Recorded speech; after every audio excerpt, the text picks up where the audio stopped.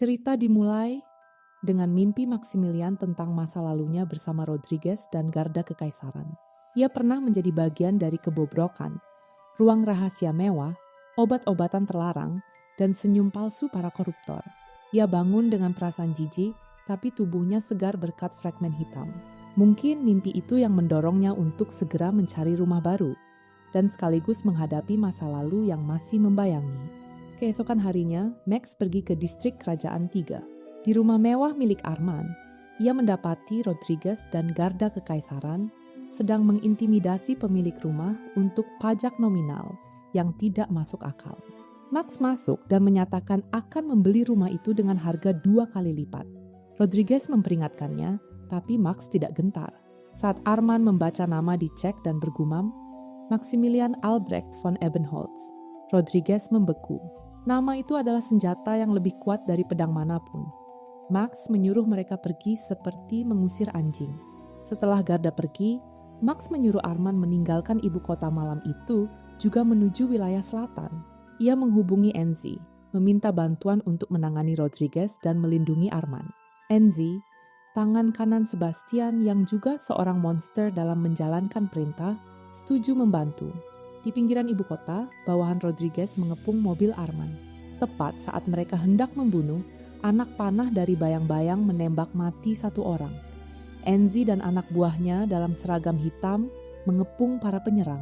Enzi menyampaikan pesan, jangan melampaui batas, bawahan Rodriguez dibantai habis. Enzi sengaja menyisakan satu orang hidup untuk menyampaikan pesan. Keesokan paginya, Max menerima surat dakwaan dari Rodriguez yang menuduhnya membunuh 10 bawahannya. Max tertawa dan membuang surat itu ke tempat sampah. Ia tahu Enzi sengaja membiarkan bukti agar Rodriguez menjerat dirinya sendiri. Sambil menunggu urusan itu menguap, Max mengaktifkan sistem catatan pribadi Ordok Satria untuk mencari bakat. Ia mengunjungi Veritas Trading, sebuah perusahaan kecil, dan bertemu Dieter Schmidt, calon kanselir yang di masa depan seorang diri menopang keuangan kekaisaran yang runtuh. Dieter dingin dan tidak terkesan dengan nama Ebenholz. Max langsung menemui pemilik perusahaan dan membeli seluruh perusahaan dengan harga pantas, bukan permintaan.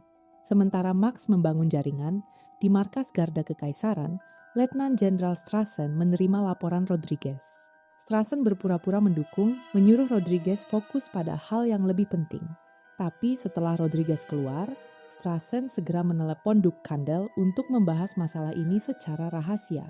Intrik di atas intrik mulai terbentuk, dan Maximilian baru saja menempatkan dirinya di pusatnya.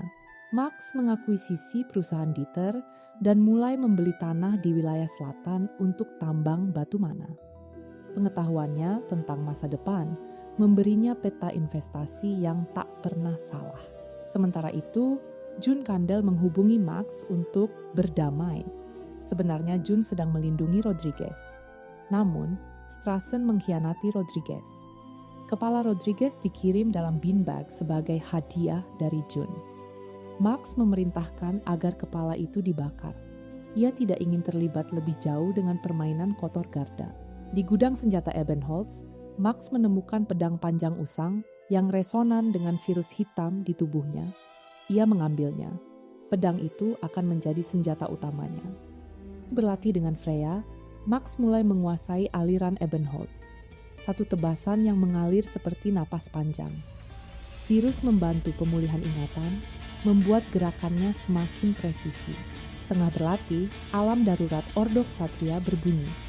Protes skala besar di wilayah otonomi Genen Timur. Maximilian menerima perintah pengiriman. Ia segera bersiap. Di jembatan suci Genen, kerusuhan pecah. Ledakan mengguncang jembatan. Di tengah kepanikan, Max melihat seorang pemuda yakin menyelamatkan 3 anak dengan kekuatan spasial. Ia melayang, memindahkan mereka dari ujung jembatan yang runtuh. Max menghunus pedang panjangnya, memotong pilar baja yang jatuh menimpa pemuda itu. Ia mendekati pemuda yang pingsan dan menyadari bakatnya. Kamu adalah Yaken. Sembunyikan kemampuanmu sampai kamu cukup kuat. Pemuda itu bernama Jan.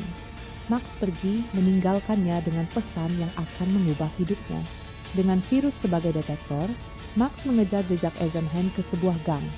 Ia menemukan Sage, pemimpin faksi kemerdekaan yang ternyata adalah Eisenheim. TikTok. Waktu melambat. Satu tebasan, kepala Sage terpisah. Yan ditangkap oleh polisi Genen. Mereka menyiksanya, memaksanya mengaku sebagai pelaku teror. Yan menahan amarah. Ia mengingat pesan Max, sembunyikan kemampuanmu. Ia menjadi kambing hitam. Max mendatangi kantor polisi pusat Genen. Dengan wewenangnya sebagai ksatria ordo penjaga, ia memerintahkan pembebasan para tersangka palsu. Ketika saya mengatakan bukti, saya tidak bermaksud catatan yang dipaksakan. Saya berbicara tentang bukti fisik yang konkret. Para polisi berlutut.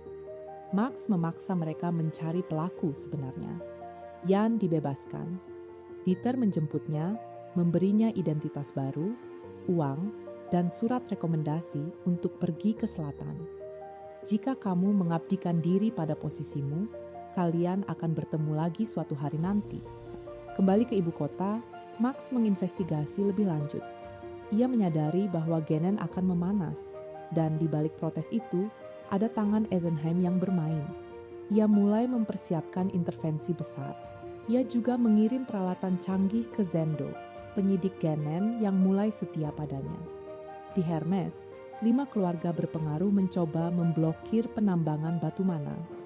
Max mengirim Dieter untuk menangani mereka. Dengan stempel lambang harimau perak Ebenholz, Dieter membubarkan protes dan membeli loyalitas wali kota. Ensi melatih Dieter, memperingatkannya, jangan pernah mengkhianati tuan muda. Ini bukan untuknya, ini untukmu. Maximilian tidak lagi hanya mengandalkan ingatan masa depan. Kini ia membangun sesuatu yang nyata, ilmu pedang, jaringan, dan pengaruh, perlahan tapi pasti.